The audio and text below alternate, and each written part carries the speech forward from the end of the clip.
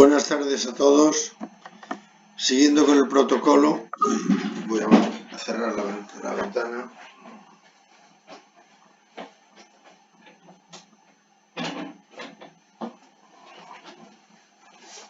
Siguiendo con el protocolo establecido, el último día habíamos quedado habíamos terminado ya prácticamente el apartado de los modelos cuasi-estadísticos en relación con el modelo de Shortleaf y Buchanan o modelo de factores de certidumbre. Y os decía que íbamos a hacer un ejemplo exhaustivo de la aplicación completa del modelo.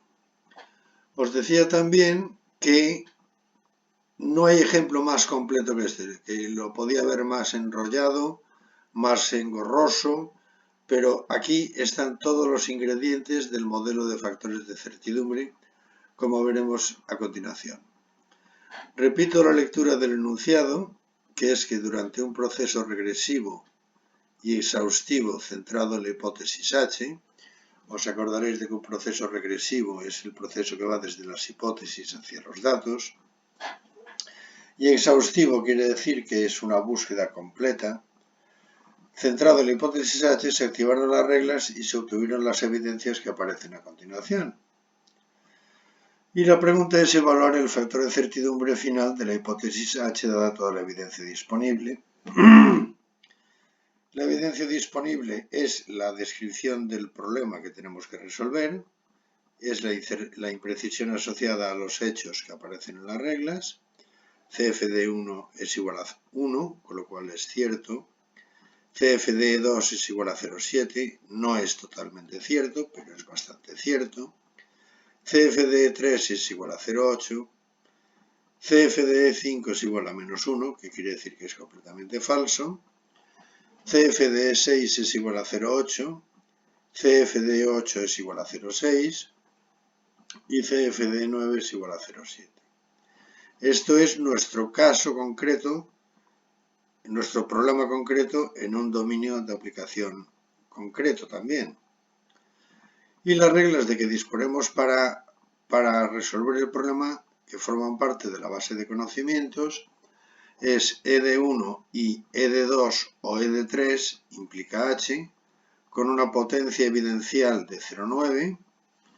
R2 es igual a E4 implica H con una potencia evidencial de 0,8. E5 y E6 implica E4 con una potencia evidencial de 0,6. E7 implica H con una potencia evidencial de 0,8.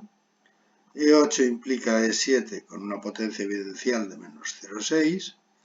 Y E9 implica E7 con una potencia evidencial de 0,8. Este es el conocimiento que tiene nuestro experto del dominio. Vamos a situar el problema en contexto. Suponer que tenemos una fábrica en la cual se detecta un problema que puede estar relacionado, por ejemplo, con la parte mecánica, otro problema que puede estar relacionado con la parte eléctrica y el mismo problema mecánica, eléctrica, y el mismo problema relacionado con la parte, digamos, por ejemplo, de mantenimiento de los equipos. Bien, si nos fijamos, la primera regla establece que es la referida a la parte mecánica del problema en cuestión, establece que E1 y E2 o E3 implica H con un factor de certidumbre de 0,9. Pero nosotros no tenemos E1 y E2. Tenemos epsilon1, que tiene un factor de certidumbre de E1 igual a 1, luego E1 es cierto, y epsilon2, que es la evidencia que tenemos realmente, tiene un factor de certidumbre de 0,7. lo cual quiere decir que estamos tratando la imprecisión como incertidumbre. Hay que evaluar, por lo tanto, el factor de certidumbre de h dado epsilon sub 1 y dado epsilon sub 2. Esto, si recordáis, en la rama A tenemos que la evidencia A, la evidencia mecánica, está formado por las evidencias epsilon sub 1, epsilon sub 2 y epsilon sub 3. Entonces el antecedente de esta rama A es E1 y E2 o E3, que es lo que viene en la regla correspondiente. E1 y E2 o E3 implica H. Por lo tanto, el CF de H, dado la evidencia mecánica, será igual por propagación de la incertidumbre a CF de H, dada la regla 1, es decir, la potencia evidencial de la regla, por el máximo entre 0 y el CF del antecedente que deberíamos tener, dada la evidencia que tenemos. Es decir, que el CF del antecedente de A dado EA es igual al CF de E1 y E2 o E3 dado EA.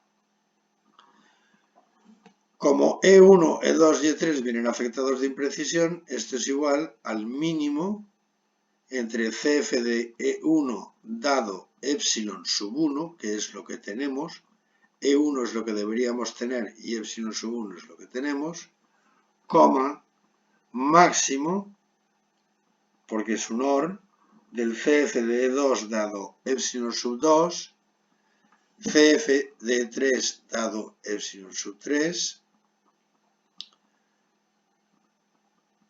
y esto es igual al mínimo entre 1, porque es el CF de E1 dado epsilon sub 1, lo veis aquí,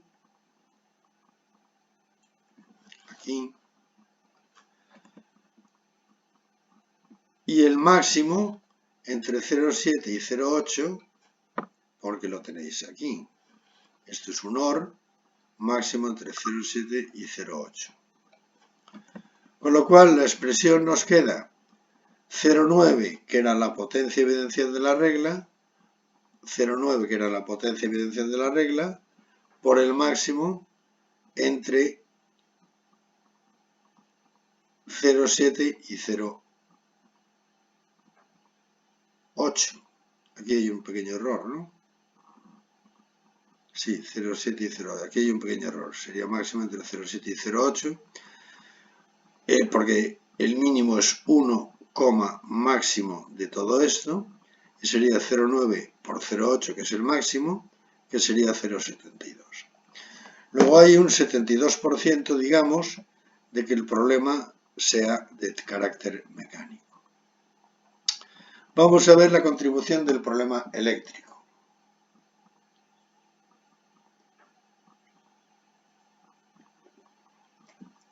Para el problema eléctrico tenemos la siguiente secuencia de reglas que aparecen aquí. Tenéis que mirar siempre a la información de partida. Y resulta que tendremos E5 y E6 para dar E4 con 0,6, que es la potencia evidencial de la regla, y E4 a su vez para dar H con una potencia evidencial de 0,8. Pero nosotros no tenemos E5 y E6, que es lo que nos permite concluir E4, sino que tenemos epsilon sub 5, que es falso, por lo tanto E5 es falso, y epsilon sub 6, que es 0,8, y por lo tanto E sub 6 viene afectado de una imprecisión de 0,8.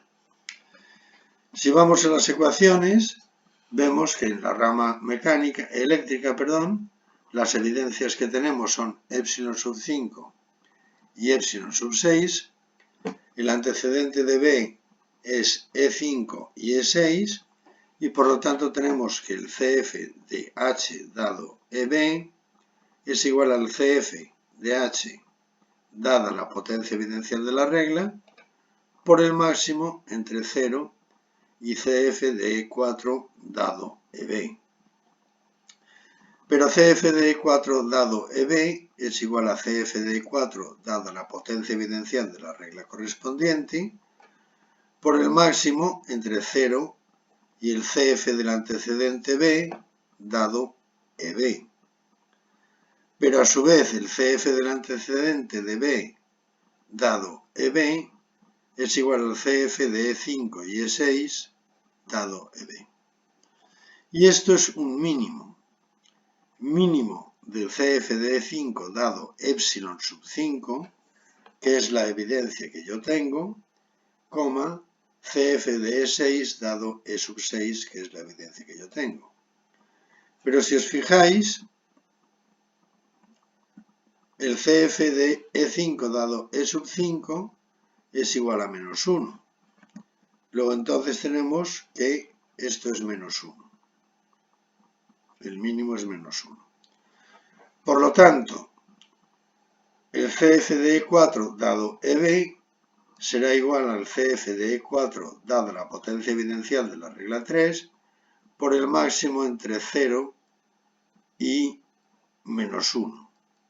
Y el máximo entre 0 y menos 1 es 0, por lo tanto el CF de H dado EB es igual al CF de H dado R2 por el máximo entre 0 y 0, que es 0. Es decir, que no se sabe si el problema es eléctrico o no.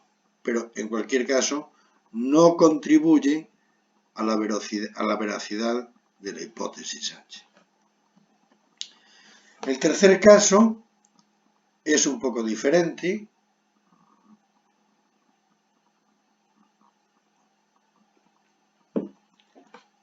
Se refiere a la rama de mantenimiento, en donde podemos averiguar el mantenimiento por dos vías diferentes, evidencias independientes que tienen que ver con la misma hipótesis. En este caso, como el proceso es regresivo, la hipótesis es H, pero para H necesitamos conocer E7, y E7 lo podemos conocer a partir de E8 y E9, de forma que E8 implica E7 con menos 0,6 y E9 implica E7 con 0,8. Y a su vez, una vez evaluado E7 implica H con 0,8. Pero nosotros, como siempre, no tenemos E8 y E9. Tenemos epsilon sub 8, que tiene una potencia evidencial sobre E8 de 0,6, y propagamos la imprecisión y la incertidumbre por esta vía de aquí, evidencia independiente de la misma hipótesis. Y lo mismo ocurre con E9, en la cual tenemos epsilon sub 9 como evidencia, y propagamos la incertidumbre y la imprecisión por aquí. Luego se trata de dos ramas independientes que apoyan a la misma hipótesis intermedia E7. ¿Y esto cómo se hace? Tenemos que hacerlo en dos partes distintas. Primero, EC es igual a epsilon sub 8, epsilon sub 9. El antecedente de C implica dos reglas. Entonces tenemos CF de H dado EC es igual a CF de H dado R4, que es la potencia evidencial de la regla. Aquí lo tenéis. Por el máximo entre 0 y el CF de E7 dado EC. Pero E7 dado EC implica dos reglas, que son evidencias independientes sobre E7. Y entonces tenemos la rama C1, que es CF de E7 dado E8, igual a CF de E7 dado R5, aquí lo tenéis, CF de E7 dado R5, por el máximo entre 0 y el CF de E8 dado epsilon sub 8. es decir, es menos 0,6, menos 0,6, aquí lo tenéis, por el máximo entre 0 y 0,6, que es igual a menos 0,36. Y en la segunda rama, que es la rama de aquí abajo, tenemos que CF de E7 dado epsilon sub 9 es igual a CF de E7 dado R6, es decir, la potencia evidencial de la regla, por el máximo entre 0 y el CF de E9 dado epsilon sub 9, que es 0,8, 0,8, este 0,8, por el máximo entre 0 y 0,7, este 0,7. Y nos sale igual a 0,56. Luego tenemos dos evidencias independientes que apoyan a la misma hipótesis, una positiva y otra negativa. Esto en cuanto al tema de mantenimiento. Evidentemente, de acuerdo con la formulación asociativa de Shortleaf y Buchanan, tenemos que CF de E7 dado EC es igual a rayita de fracción 0,56 menos 0,36 partido por 1 menos el mínimo del valor absoluto de 0,56, valor absoluto de menos 0,36, que resulta ser 0,20 partido por 0,64. Perdón. Como el ejemplo es un ejemplo sintético, no voy a dividir 0,20 entre 0,64, veréis por qué. CF de H dado EC, dada toda la evidencia por la rama C, será igual a CF de H dado R4, vamos a verlo, CF de H dado R4, que es la potencia evidencial de la regla, por el máximo entre 0 y el CF de E7 dado EC, que es igual a 0,8, aquí lo tenéis, a 0,8 por 0,20 partido por 0,24, que resulta ser 0,25. Entonces resulta que el problema inicial se nos convierte en este problema simplificado. La evidencia mecánica ya nos importa un pepinillo lo que sea. La evidencia mecánica apoya a la hipótesis H con un CF de 0,72. La evidencia eléctrica apoya a la hipótesis H, no se sabe cuánto, es desconocido. Y la evidencia eléctrica apoya a la hipótesis H con 0,25. Nuevamente tenemos dos evidencias independientes que apoyan a la misma hipótesis. En este caso, entonces, el CF de H dado EA es igual a 0,72, el CF de H dado EB es igual a 0, el CF de H dado EC es igual a 0,25, y si es toda la evidencia EA, EB y EC, tenemos únicamente dos evidencias que actúan de forma positiva sobre la misma hipótesis y el resultado es igual a la suma menos el producto. Es decir, el CF de H dada toda la evidencia positiva es igual a 0,72 más 0,25 menos 0,72 por 0,25, que es igual a 0,79.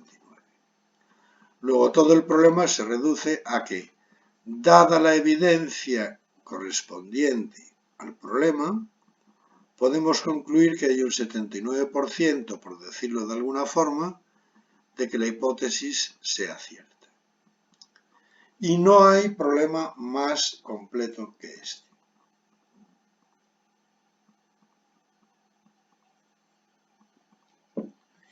Repito que puede haberlo más engorroso, pero no más completo. Y el próximo día hablaremos ya de la teoría evidencial. Espero que os haya resultado ilustrativo y comprensible este ejemplo. Muchas gracias y hasta el próximo vídeo.